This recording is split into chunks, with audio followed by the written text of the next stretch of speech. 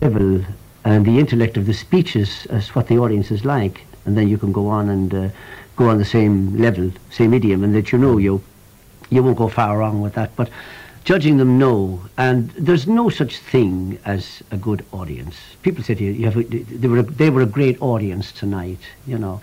They can be receptive, but they're not great until you make them so. I don't mean that in a vain way. I say to you most humbly that the comic has to go out there and make them work. Singers, perhaps another acts in a different category where maybe they can play to one table. You know, a singer can play to one table. Where perhaps. they're getting good reaction. Yes, but the comic has to go for the room. I start from the back of the room and I come in to involve them from the beginning. Then if I see a happy table on my left-hand side, I'll play to them. It makes it easier to play to them, yeah. Well, it's infectious if they start to... If they start to laugh and relate to you, by the way, then the other tables pick it up. The same thing if you're not doing well, of course. It has the reverse effect. Yes, the vibes come across as well. I've seen your show many times in juries, and it's aimed at the core American audience rather than the home audience. Yeah? Well, yes, obviously. You see, we are what is termed as a tourist attraction, the in-place to go for people from all over the world, and we do. It's become world famous internationally. I have been around the world with the show myself. We have a lot of people to cater for. We have Australians, English, Canadian, New Zealand, South Africa. You know, you name it, they all come. And we must be careful not to aim our show at one particular ethnic group. There is a tendency for us to do that, perhaps. Well, of course, when the you bulk think of that your the guests Americans are American. Yes, but then again, you see, we were back to square one again by talking about the others. Say, well, why didn't you mention us? Or Canada, particularly, you know, they like. They never get a mention. Never, and it isn't meant in that way at all. By the way, you know. So whereas we are a tourist attraction, I think we should keep in mind that we're entertaining everybody collectively. I think that. Our show is beginning to change somewhat, by the way, perhaps to cater for the local people because of the war this year particularly. There was gloom and doom forecast. Sure, yes. And we decided, I suppose the management decided, well, we'll have a go at try to attract the Irish people. I'm not sure that that it's a good idea, because I think if you wait around and don't panic, things will come back to normal again. To revert to what I opened with about comedians being sad, I suppose Tony Hancock was the great exemplar of that. Yes, he was. It staggered us when he committed suicide. Actually, I was with him in Australia 3 days before he died. I was playing in the Tivoli in Sydney. And he was had a already... very funny man. Oh, I mean, you looked at the script. I used to look at Hancock's half-hour script. There was nothing in it. It wasn't funny. There was no funny lines. Galton and Simpson, who wrote it, they lived with the man. All Tony Hancock had to say, by the way, was, and the place fell apart. So he didn't depend on jokes per se, lines, but he had the magic of making you see his face. And everything was gloom and doom with him, by the way, you know. There's so many of us like him. He epitomized a downtrodden suburban guy, trying to do the best he can, helping the Red Cross, but wanting to talk about it, you know. You say you met him in Australia just before he died? I did. What kind of man was he? As you predicted, as you just said, a very morose man. He had already recorded 3 programs. He had let Sidney James go, or Hattie Jakes, and Bill Kerr. A great supporting cast. Oh, yes. See, sometimes you're a part of a success, and it would be a shame to think that you were the one only, if you're a successful team. Well, you tend to work on your own. I'm a loner, in a way. To an extent. I just finished with John McNally, of course. John was in Carnegie Hall with me and various venues of that kind. But I have worked alone. But then again, you say, why should I work alone? Why should I do it all when I can have somebody to do the first and I'll just take over the second half, as what we do with John McNally. Very successful. I think there's a tendency for shows to go on too long. And people get tired, particularly if people are in the... An individual show, you don't mean long run. You just, on a night, that show lasts too long. Well, in any show. I think that there is a time limit, by the way, that you don't overstay your welcome. That's bad direction if that doesn't happen. That's right. That's right. And sometimes it's very difficult to... some directors, they find it... they don't like you going to them, and giving them your opinions. Some do, some don't. You've chosen, I suppose, almost the theme song, Comedians, for your first piece of music today. Yes, I have. I tell you the reason I chose this, John, is that we just said that laughter was infectious. And if this record doesn't make you laugh, then there's something wrong with your funny bone. It's the Laughing Policeman.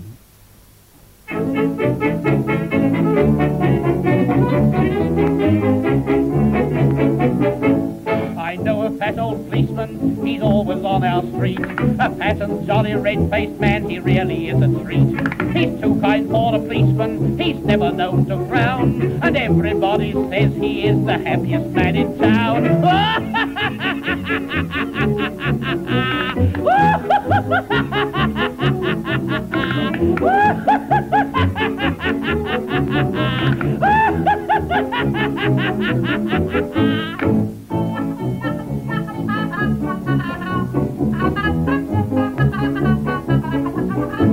He laughs upon point duty, he laughs upon his beat. He laughs at everybody when he's walking in the street. He never can stop laughing, he says he's never tried. But once he did arrest a man and laughed until he cried.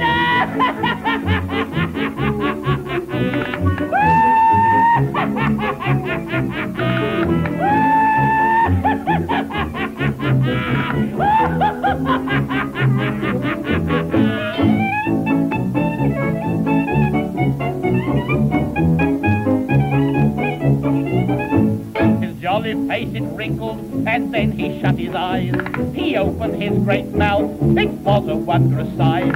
He said, I must arrest you, he didn't know what for. And then he started laughing until he cracked his jaw.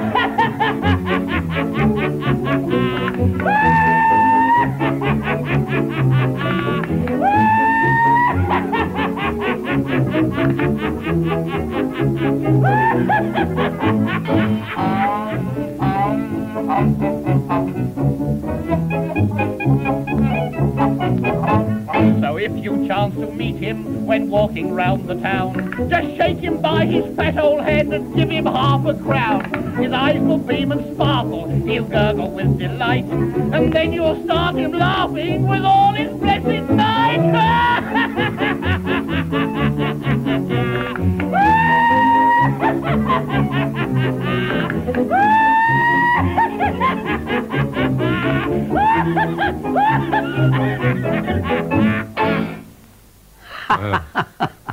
I never cease to get a giggle out of that. I really don't. That was all he was ever known for, I think. Unfortunately, yes, I believe so. Music hall comic who happened to make good on that one. Just made it was a one-off. And I suppose he recorded that in 1930s. Around that time, I would think, yes. Very funny bit. Hal, you're a Waterford man. I am that. I was born in the Waterford City, Portlarga, and unfortunately I left it very young. Things were tough, John, when I was a boy in Waterford. We had a very tough childhood. My father was an invalid. We had £2 a week pension, by the way, for 7 of us. And I know what it's like to go to school hungry and cold and in my bare feet. But I always had, there was show business always in me. I was a funny-looking kid. Cross eyes and hair standing on my head. And that's how I got the name Hal Roach. I've told this before, by the way. I looked like one of our gang, Alfalfa. And the kids used to call me that, Hal Roach, because of that. And then the teacher picked up on it, and then my mother picked up on it, and so on. But I often have sad recollections of my childhood. I had loving recollections of my childhood. I loved my parents passionately. I really did. Because I knew what they were trying to do with nothing. There was no set meal times in our house, by the way. It was when it was available, when the pension became due on Wednesday. And eventually my father got so ill that I would have to sign the book for him myself as a child. Collect the money, get the groceries, whatever we had to do. That lasted till Friday. The rest of the week was terrible, to try and last out again till Friday. So I used to do sell beer bottles and sticks and all. It was a self-preservation thing. I had to survive. Where did you stand in the family? Were you? I was the second. Yes. My sister Mary, who lives in Canada now. And then I won a talent contest with Harry Bailey, and I went away with Benyon to New Zealand when I was 13 as a boy soprano, would you believe? And I became a boy magician.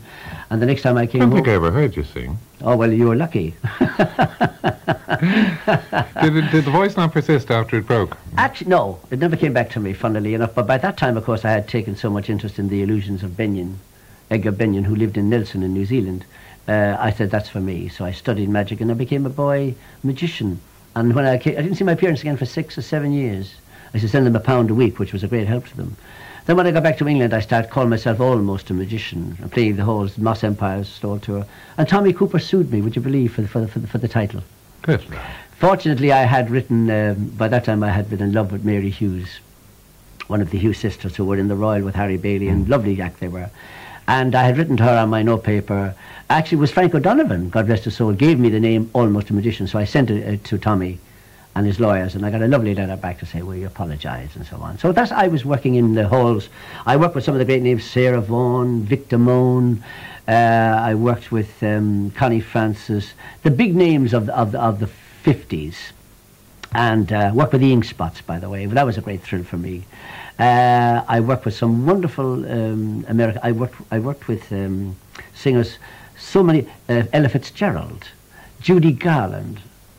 That was sad for me, Judy Garland, by the way. You know, she was a wonderful entertainer, but we talked about happy releases from people sometimes, John. Well, she disintegrated and we never knew whether she was going to make it with us, you know. I remember the Empire Glasgow, I was waiting for her to come on, and she hadn't arrived, and we were really panicking. And of course the Scottish fellas, get off!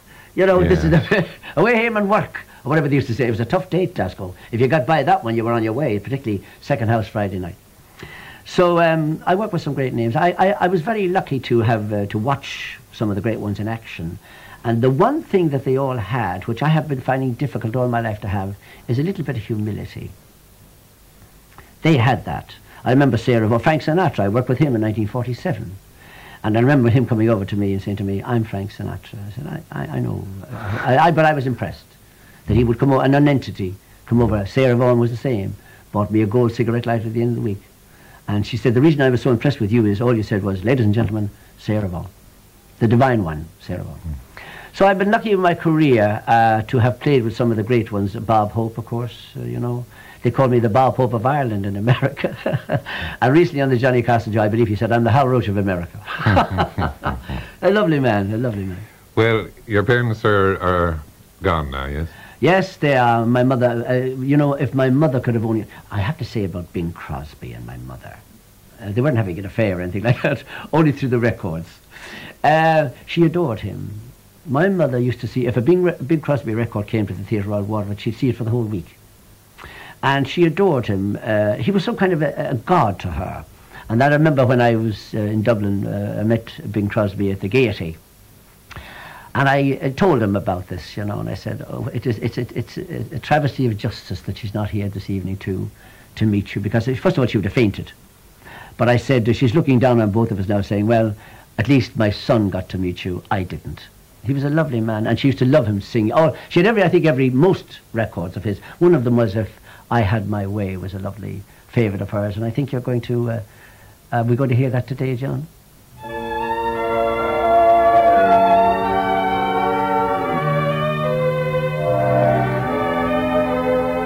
If I had my way, dear, forever there'd be a garden of roses for you and for me, 1,001 things, dear, I would do just for you.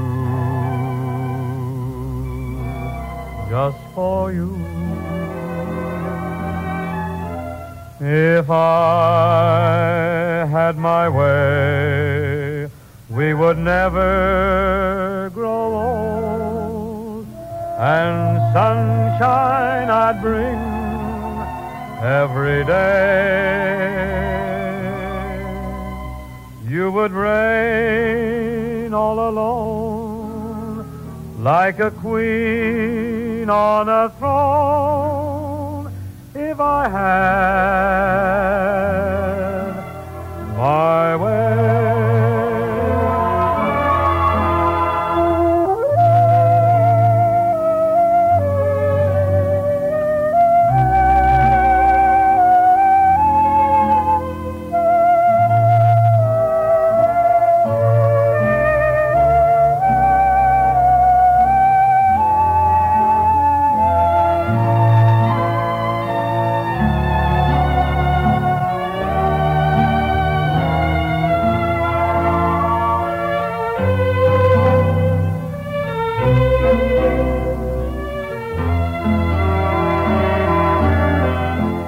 If I had my way, we would never grow old, and sunshine I'd bring every day.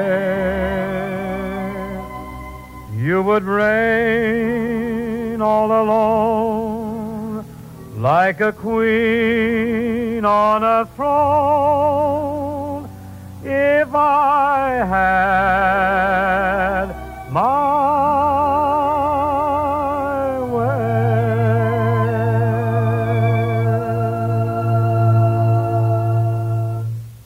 Yes. Your mother would have liked that now, yeah? She would have loved it. You started off abroad, really, Hal, didn't you? You worked in South Africa for some time. I was 4 years in South Africa. And what were you doing there? Family. I was in Cabaret. Actually, I joined the Folie Bergère. It was the first show that the ladies were allowed to expose parts of their anatomy, which heretofore was banned by the South African government. But we did it in great taste. I forbore to say that you're not exactly long and leggy, feminine looking. Me? Yes. Well, flattery will get you nowhere with me, John. Nowhere with me. We know each other too long. But that was ran for a year and a half, by the way, in Johannesburg at the Civic Theatre. How do you like South Africa? I had problems with South Africa. My children and my wife, particularly, we had things like, we had a Zulu maid for the children who couldn't eat with us. And she couldn't travel on the bus to school with the children. So I had to get a taxi to take the children from the hotel where I was working, in Durban, in the Eden Rock Hotel, and Johannesburg, to take them to school. And she couldn't bring them in the front door of the hotel. She had to bring them around the back. I resented this, so I was always in trouble. And what were the audiences like? Wonderful. Were they? Absolutely incredible. They don't strike you as the most humorous people on earth. No, but I mean, there's a lot of English people, by the way, in South Africa. A tremendous amount of English people. The Afrikaans, of course, they come to see us as well. But of course, the native people are not allowed into the theatre, so you have to play separately. I also resented that.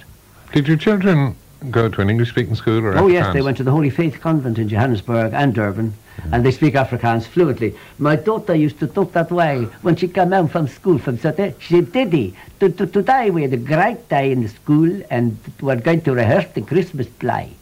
Absolutely perfect. Yeah. And of course, then they'd be chatting between them, my daughters. I hadn't a clue what they were talking about. The mother said, "Listen to the mother. Listen to this." Yeah. But it was a time I couldn't go along with it, John, unfortunately, and eventually I could see it having an effect. And once I saw my daughter kicking the servant one day, by the way, and that I thought it was time to go. You worked in England after that, I think. Went back to England after that, did all the big stuff, by the way, as I told you. On the Stole Circuit. Lived in England for 5 years in London. I did the circuit and the Empire Circuit, by the way. Great, absolutely wonderful. But the theatre was alive then. Theatre is dead. The West End, there's nothing now. Same in New York. The Broadway is dead. Broadway is dark, as they call it now. Is this because they're getting bad shows to put on? I think the critics have too much power. Certainly in New York they had Clive Barnes. And South Africa. There's a fellow called Oliver Walker in South Africa. When he said the show is bad, it closes automatically. After all, it's the opinion of one man, and I don't think they should have such power at all. Because if you have enough money, you can beat them by carrying on, and eventually it will come. I went to see Jackie Mason. He's about the only show that's really hitting them on Broadway right now. He's there for the last 2 years, and he's a big hit. A Jewish comedian, by the way. Funny man, very funny man. But the rest of it, outside the Phantom of the Opera, and of course Les Miserables, maybe, but outside that there's nothing. It's dark. I think you've always found New York Jewish humour very attractive. Oh, I mean, yes. And of course, They're very sharp, aren't they? They are. You have to, there's the thing, ethnic, you must be very careful of ethnic humour today, by the way. The people are very sensitive, which is very sad. Because when people, Jackie, of course, gives them the full belt, but he's one of them. Yes. It's like talking about knocking America here in cabaret. If you knock the president, you're in trouble. Right. You're in trouble. Whereas American comedians absolutely, they have their own guys to have a go at, But one Jewish story I used to tell was the Jewish race are so pleased at the Ecumenical Council in Rome exonerating them for the death of Christ. They're going to lower the rent on the Vatican. I'll write it down. I'll write it down, John. Write it down. Yeah. So I see you've chosen the ink spots. Well, I don't suppose many will remember them, but they were the biggest success story of all who time. could forget them? They were wonderful. And in Tremor, I used to work in Tremor with Phil Murta, who used to play in the Metropole. I remember him well. I did with Peggy Dell, and I used to listen to the records played over the tannoy system during the day, and I used to inveigle the guys to play the ink spots. And they were a great inspiration to me. I wanted them to be a singer, and I wanted to play the ink spot introduction on the guitar, like the same as Charlie Fuqua, that was his name, did.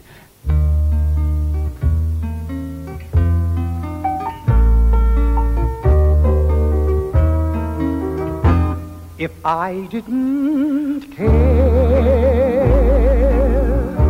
more than words can say, if I didn't care, would I feel this way?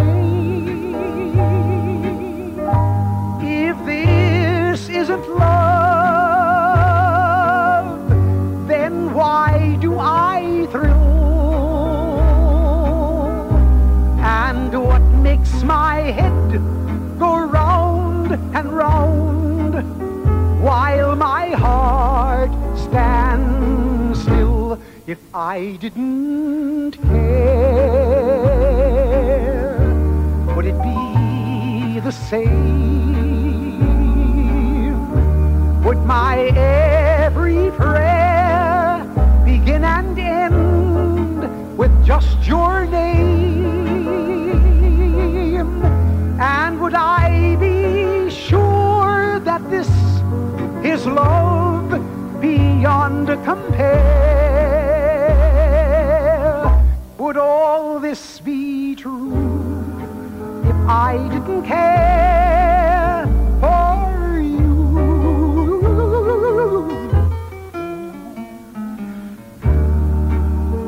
If I didn't care, honey child, more than words can say. If I didn't care, would I feel this way? And darling, if this isn't love, then why do I thrill so much?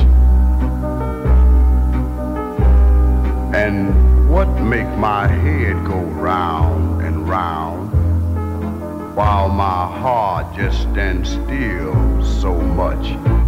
If I didn't care, would it be the same? Would my every prayer begin and end with just your name? And would I be sure that this is love beyond compare? Would all this be true if I didn't care for you?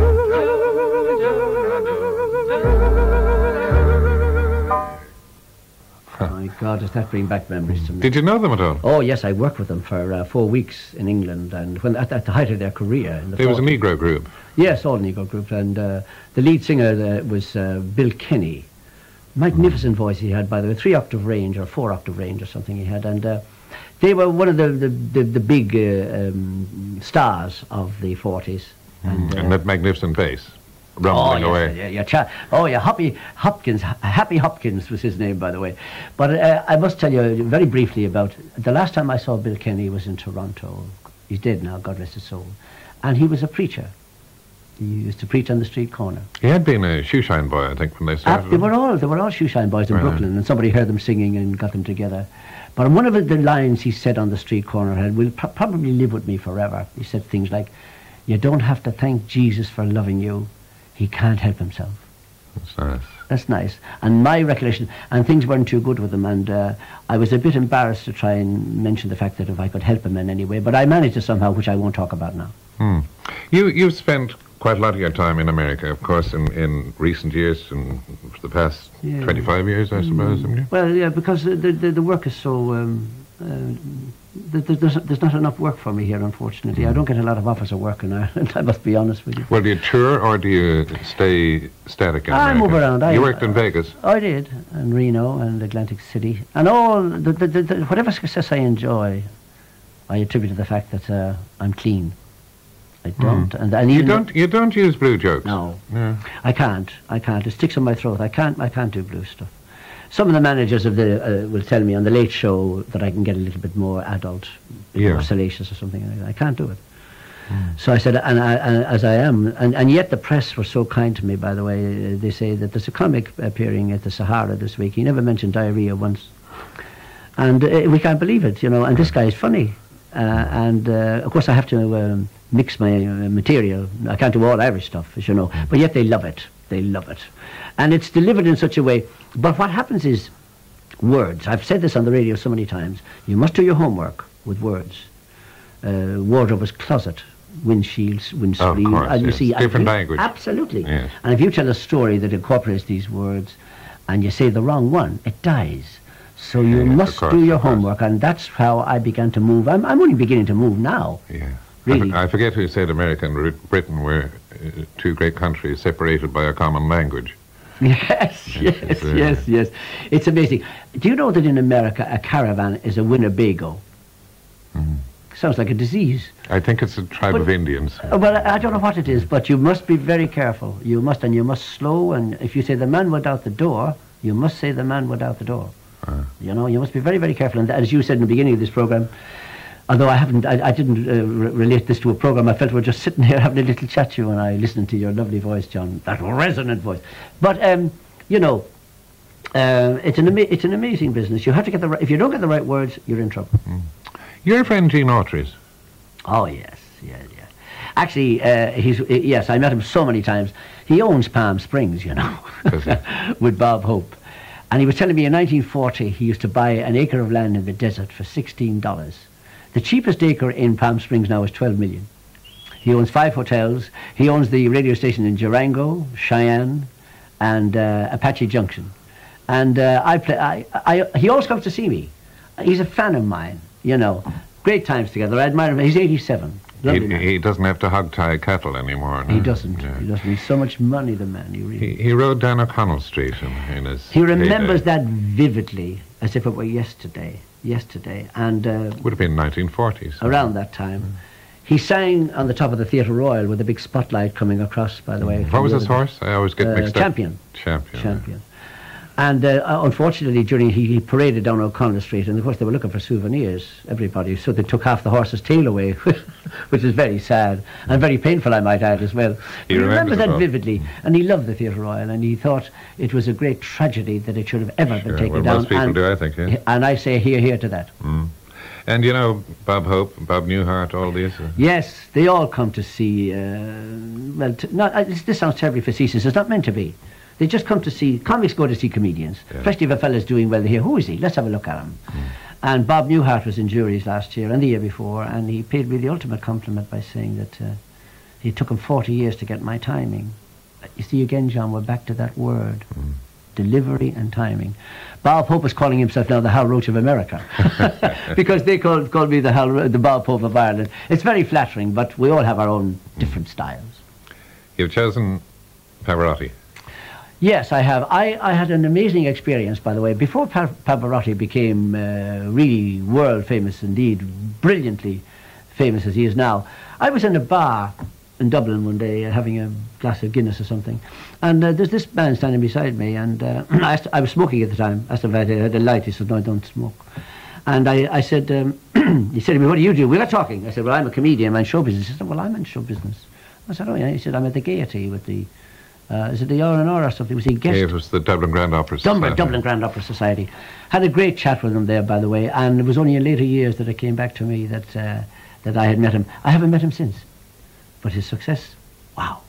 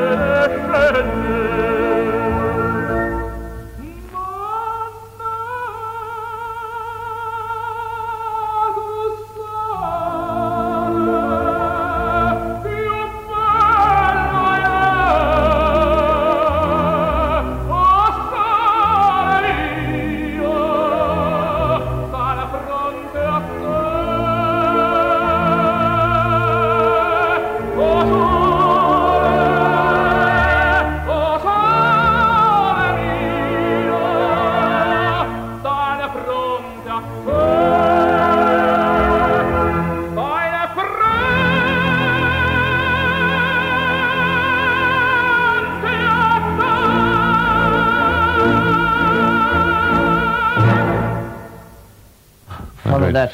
Pavarotti. He didn't sing like that for you in the South King Street pub. He did not. Yeah. you go cruising a lot, Hal, don't you?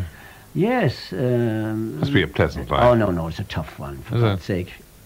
Well, everybody gets a suntan in the Caribbean. I get pneumonia. Why? Well, everybody wants to tell you a funny joke all day. We've talked about this before so many times, and you can't walk around the deck or into a bar or something, because, and in the nicest possible way, by the way. Not in any derogatory sense do they bother you, but they have an... They all say, did you ever hear the one about... And they always say, you can clean it up. I can always clean them up. And some of the stories... they take a lot of cleaning. Oh, don't talk to me. But, so you're not dead keen on cruising? No, but I do it for the family. They love it. Of course, you've appeared before the crowned heads of Europe, as they say on the old you're pay not bills. dealing with riffraff with me, I can tell you that. You worked a lot with the American presidents. Oh, I entertained 5 American presidents, by the way. Did you? In the White House? Yes. No, but not all of them in the White House, but I have entertained White House, President Bush and President Reagan and so on. All wonderful people, by the way. And they paid me the ultimate compliment again of being an ambassador of Ireland, of humour, and that... anybody can come to see my show, nuns and priests and children. If you can't do that, John, it's no good. You can't. You know, if you start selling blue jokes and dirty stories, you eliminate all that. It's very sad. You perform for the Monegasques, for Princess Princess Grace. I did a show for her, by the way, for the handicapped. No, that's the wrong word. Exceptional children. She always worked for that charity. Yes, she used to come to Crumlin here quite a lot. Or something, yeah. She was a very special woman, by the way, you know, and she's sadly missed to this very day. And also entertained the King of Siam, which is now Bangkok, with Tom Jones. I can see the billing now, Hal and the King of Siam. And of what course, do you do for them? Well, I do origami, you know, paper designs. You do many things. Don't you? Yes, and I played the guitar, sang a couple of Irish songs for them, introduced Tom. But most of the people in the palace, they have a smattering of English, so I didn't have a lot of trouble. But I loved working for the kids. I did feel like, you know, the King of Siam all over again. You've had a serious illness recently, huh? Yes, I did, John. I had a bad scare around December. They found a tumour in my right lung. Cancer? Yes. And they had to take it out, but in taking it out, they had to take 3/4 of my lung with it. So I had a lot of pain and a lot of time to think. You look blooming now. Oh, thank God I'm fine. But I have positive thinking, you know. I mean, I said to the doctor, I don't want to die. It's been done. I want to do something different. Right. But they were amazed at my recovery. But it's your mind, 75% of your mind that makes you better, basically. And thank God I feel grand and I'm back at work again. You've, I hesitate to say, had a problem in your life. Not a problem, I'm sure. Your greatest fan, your son. My son John. Oh, he's lovely. These are very special children. As I always say, they were sent. Yes, he's Down syndrome, but I don't see him like that. I see him as a young man who came to us a little bit different, but still the love and the devotion he has to all of us is incredible. I look at him every night before I go to bed. I see the wonder of him. I don't see him as a Down syndrome boy, but these children are sent to teach us, John. You know, and we should love them. By the way, pick them up in their arms, tell them you love them, and your rewards will be much bigger than you ever thought possible.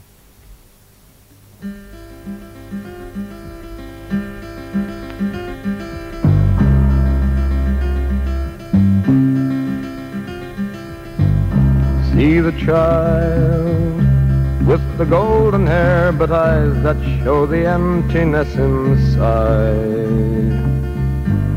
Do we know? Can we understand just how he feels, or have we really tried? See him now as he stands alone and watches children play a children's game.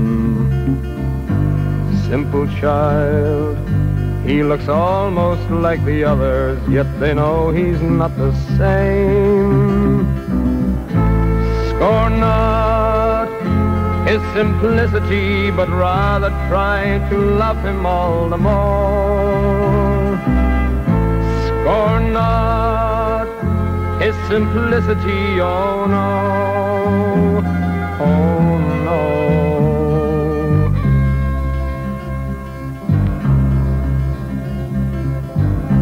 See him stare, not recognizing that kind face that only yesterday he loved. The loving face of a mother who can't understand what she's been guilty of. How she cried tears of happiness the day the doctor told her it's a boy. Now she cries tears of helplessness and thinks of all the things he can't enjoy. Scorn not his simplicity, but rather try to love him all the more. Scorn not his simplicity, oh no, oh no.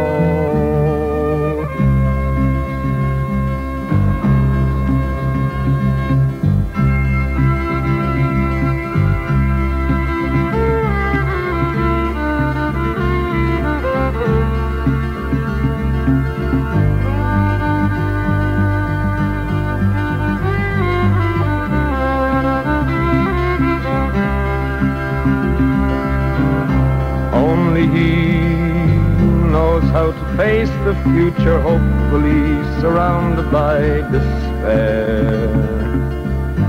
He won't ask for your pity or your sympathy, but surely you should care. Scorn not his simplicity, but rather try to love him all the more. Scorn not his simplicity, oh no, oh no, oh no.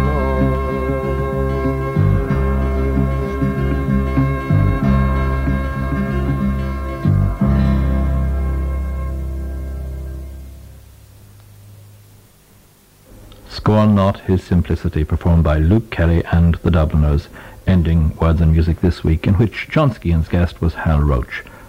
The producer was Kevin Hawke, and the programme was first broadcast on Radio 1 on Thursday afternoon last. And next week's guests in Words and Music will be the broadcaster and writer Emer O'Kelly.